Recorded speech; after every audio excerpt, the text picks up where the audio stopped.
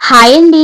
నేను మీ Soundarya. Welcome back to our channel. ఈ రోజు వీడియోలో మరొక మంచి రెసిపీ చూపించబోతున్నాను.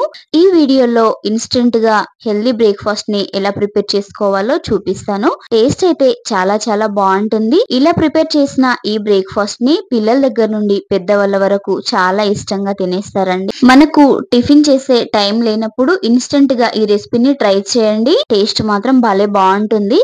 మనకు ఎక్కువగా టైం ఏం పట్టదు. 10 నుండి 15 నిమిషాల్లోపు ఈ బ్రేక్‌ఫాస్ట్ నైతే ప్రిపేర్ చేసుకోవచ్చు. ఇంటిల్లిపాది చాలా ఇష్టంగా తినేస్తారు. టేస్ట్ అంతా బావుంటుంది. మరి ఇంకెందుకు ఆలస్యం ప్రాసెస్ లోకైతే వెళ్ళిపోదాము. ముందుగా ఒక మిక్సింగ్ బౌల్ తీసుకోవాలి. అందులోకి జల్లించి పెట్టుకున్న 1 కప్పు వరకి శనగపిండినైతే యాడ్ చేసుకోవాలి. ఇందులోకి సన్నగా కట్ చేసి పెట్టుకున్న కొద్దిగా కరివేపాకుని యాడ్ చేసుకోవాలి. సన్నగా కట్ చేసి పెట్టుకున్న కొత్తిమీరని కూడా యాడ్ చేసుకోవాలి. సన్నగా కట్ చేసి పెట్టుకున్న ఉల్లిపాయ ముక్కల్ని కూడా యాడ్ చేసుకోవాలి. ఉల్లిపాయ ముక్కల్ని యాడ్ చేసుకున్న తర్వాత ఇందులోకి సన్నగా కట్ చేసి పెట్టుకున్న పచ్చిమిర్చి ముక్కల్ని కూడా యాడ్ చేసుకోవాలి. వీలైనంత సన్నగా కట్ చేసుకోండి. ఇందులోకి సన్నగా కట్ చేసి పెట్టుకున్న టమాటో ముక్కల్ని కూడా యాడ్ చేసుకోవాలి. ఇందులోకి 1 టేబుల్ స్పూన్ వరకు జీలకర్రని అయితే యాడ్ చేసుకోవాలి. జీలకర్రని యాడ్ చేసుకున్న తర్వాత టేస్ట్ కి తగ్గట్టుగా సాల్ట్ ని అయితే యాడ్ చేసేసుకోవాలి. సాల్ట్ ని యాడ్ చేసుకొని మన టేస్ట్ కి తగ్గట్టుగా కారాన్ని కూడా యాడ్ చేసుకోవాలి. నేనైతే 1 టేబుల్ స్పూన్ వరకు కారాన్ని వేసుకుంటున్నాను. ఇందులోకి కొద్దిగా పసుపుని కూడా వేసుకోవాలి. కొద్దిగా ధనియా పౌడర్ ని అలాగే ఫ్రెష్ గా ప్రిపేర్ చేసుకున్న ఒక హాఫ్ టేబుల్ స్పూన్ వరకు అల్లం వెల్లుల్లి పేస్ట్ ని కూడా యాడ్ చేసేసుకోవాలి.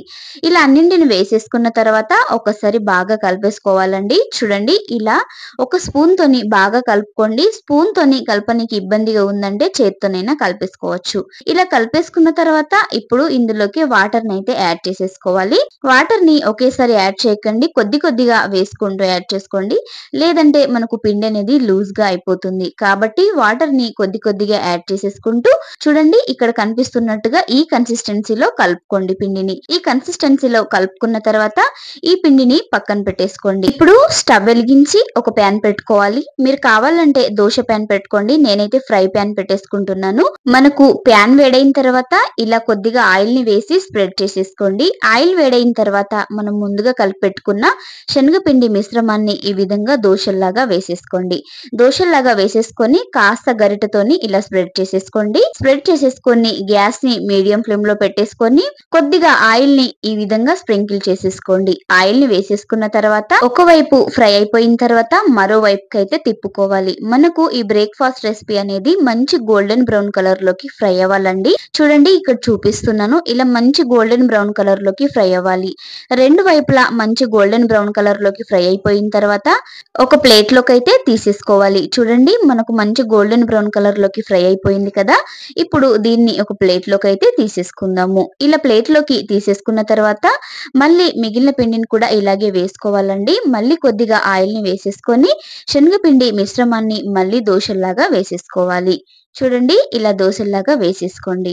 మన ఛానల్ ని కనుక ఫస్ట్ టైం చూస్తున్నట్టయితే ప్లీజ్ అండి సబ్స్క్రైబ్ చేసుకొని సపోర్ట్ చేయండి, లైక్ చేయండి. మీరు ఇచ్చే లైక్ ఈ వీడియో మరికొంతమందికి చేరడానికి ఉపయోగపడుతుంది.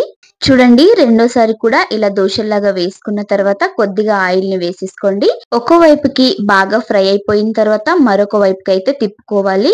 మనకు ఈ ప్రాసెస్ అంతా మీడియం ఫ్లేమ్ లో పెట్టి మాత్రమే ఫ్రై చేసేసుకోవాలండి. లేదంటే మనకు పైన మాడిపోతుంది, లోపలేమో సరిగా ఫ్రై అవ్వదు. కాబట్టి రెండు వైపులా మీడియం ఫ్లేమ్ లో పెట్టుకొని చక్కగా ఫ్రై చేసేసుకోవాలి. చూడండి మనకు మంచి గోల్డెన్ బ్రౌన్ కలర్ లోకి ఫ్రై అయిపోయింది కదా రెండోసారి వేసుకున్నది కూడా. ఇలా ఫ్రై అయిపోయిన తర్వాత దీన్ని కూడా ప్లేట్ లోకి అయితే తీసేసుకుందాము.